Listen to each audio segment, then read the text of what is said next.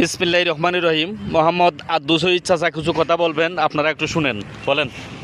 আমার 4 কের জমিন পানির নিচে খালি থির গলে বুঝছনি একবার আফসাপ গেছি গে কোনো কাটবার সুযোগ হয়েছে কিবা কাটবার মতন না। মোট কয়েকের করছিলেন? মুট করছিলাম 7 কের। 7 কেরের মাঝে 3 কের কাটছেন, 4 কের কাটছেন। 4 কের গেছি গে 8 কের কাটছি।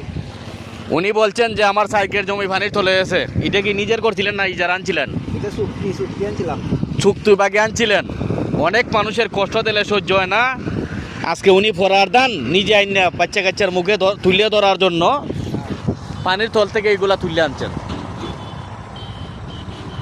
কথাটা এটাই বলি, আমাদের দেশের বিচারপতি বিচারক যারা আছেন, নেতৃবৃন্দ যারা আছেন, পর্দার সাহেব, মেম্বার সাহেব, চেয়ারম্যান সাহেব, এমপি মহোদয় থেকে দূরে, ইউনিয়ন সাহেব থেকে দূরে, সবার পায়াত দিয়ে বলি, আপনারা আমাদের দেশটার মাঝে সঠিক বিচার সঠিকটা করেন, হকটা ঠিক মতে দেওয়ার চেষ্টা করেন।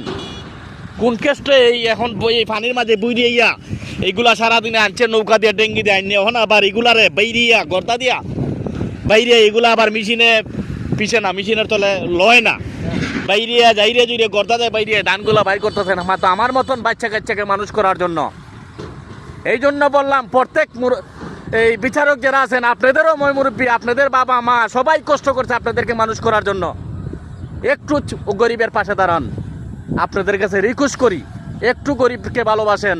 রোজ কিয়ামতের দিন প্রত্যেকটা জিনিসের জবাব দিতে হবে। আসসালামু আলাইকুম, আল্লাহ হাফেজ।